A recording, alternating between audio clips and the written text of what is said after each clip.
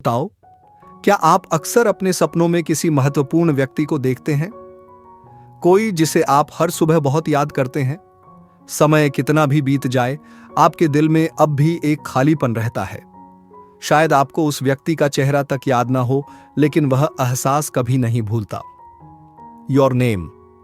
यह एक प्रेम और नियति की यात्रा है जो समय और स्थान को पार करती है। कहानी बड़े ही रहस्यमय तरीके से शुरू होती है। ताकि एक हाई स्कूल का लड़का जो टोक्यो में रहता है, एक सुबह उठता है और खुद को एक अजनबी शरीर में पाता है। वह नीचे देखता है और महसूस करता है कि वह अब एक लड़की बन चुका है। वह लड़की है मित्सुहा, जो एडोमोरी नामक एक छोटे से कस्बे में रहती है। शुरुआत में ताकि इस बदलाव से बहुत घबरा जाता है। उसे समझ नहीं आता कि उसके साथ क्या हो रहा है।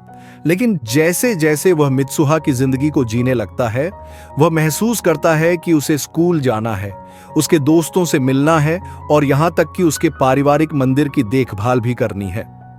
दूसरी ओर मित्सुहा टोक्यो में ताकी के शरीर में जागती है और उसे उसकी व्यस्त जिंदगी संभालनी पड़ती है, उसका पार्ट टाइम जॉब, स्कूल और रिश्ते। समय बीतने के साथ दोनों एक दूसरे के जीवन और भावनाओं को समझने लगते हैं। ताकि छोटे शहर की सुंदरता, वहां के लोगों के बीच के मजबूत रिश्ते और मंदिर की परंपराओं के महत्व को अनुभव करता है। वहीं मित्सुहा बड़े शहर की चमक धमक, नए अवसरों और तेज रफ्तार जिंदगी को महसूस करती है। इस सांस्कृतिक और जीवन शैली के अंतर के बावजूद दोनों के बीच एक गहरा भावनात्मक रिश्ता बन जाता है। वे अनजाने में एक दूसरे की परवाह करने लगते हैं, एक दूसरे की समस्याओं को हल करने में मदद करते हैं और बिना एहसास किए एक दूसरे से प्यार करने लगते हैं। लेकिन तभी उनकी कहानी में एक बड़ा मोड़ आता है। एक तबाही आने वाली है। एक धूमकेतु एडोमोरी कस्बे से टकराने वाला है। मित्सुहा, जो अब अपने असली शरीर में वापस आ गई है, सपने में इस विनाश को देखती है और लोगों को चेतावनी देने का फैसला करती है। लेकिन समस्या यह है कि कोई भी उसकी बात पर विश्वास नहीं करता। दूसरी ओर ताकी को अचानक एहसास होता है कि उसकी मित्सुहा से कनेक्शन टूट गया है। अब वह उसके साथ शरीर अदला बदली नहीं कर सकता। इस गहरे दुख और बेचैनी के साथ ताकि मित्सुहा को खोजने और इस रहस्य को समझने के लिए एडोमोरी की यात्रा पर निकल पड़ता है। जब वह वहां पहुंचता है तो देखता है कि कस्बा पहले ही धूमकेतु के टकराने से तबाह हो चुका है। वह बेहद दुखी होता है और खुद को दोषी मानता है कि वह मित्सुहा को बचा नहीं पाया। लेकिन वह हार नहीं मानता। ताकि अपने यादों को टटोलता है, शरीर बदलने के दौरान मिले छोटे छोटे सुरागों को खोजने की कोशिश करता है। अपनी मजबूत इच्छा शक्ति और मित्सुहा के प्रति प्यार की ताकत से वह किसी चमत्कार की तरह समय में पीछे चला जाता है।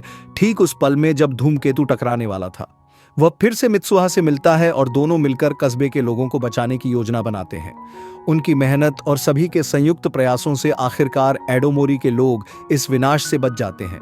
लेकिन एक रहस्यमयी शक्ति के कारण ताकी और मित्सुहा एक दूसरे का नाम भूल जाते हैं। हालांकि उनके दिल में अब भी यह एहसास बना रहता है कि वे किसी बेहद खास इंसान को खोज रहे हैं। सालों बाद जब वे टोक्यो की सड़कों पर एक दूसरे के पास से गुजरते हैं तो एक अजीब सी जानी पहचानी भावना महसूस करते हैं। अंत में ताकि हिम्मत जुटाकर पूछता है, what is your name? Your name जापानी निर्देशक मकोतो शिंकाई की एक एनिमेटेड फिल्म है जिसने पूरी दुनिया में जबरदस्त चर्चा बटोरी। अपनी खूबसूरत एनिमेशन, दिल छू लेने वाले संगीत और गहरी भावनात्मक कहानी के कारण यह फिल्म एनीमे इतिहास की एक क्लासिक बन गई है। यह फिल्म दर्शकों को एक अद्भुत यात्रा पर ले जाती है जहां सपने और हकीकत आपस में मिल जाते हैं और प्रेम, भाग्य व आत्मिक जुड़ाव की एक अनोखी कहानी जन्म लेती है। तो बस आज के लिए इतना ही। अगली बार फिर मिलेंगे पिलो पर। चैनल को सब्सक्राइब करना न भूलें।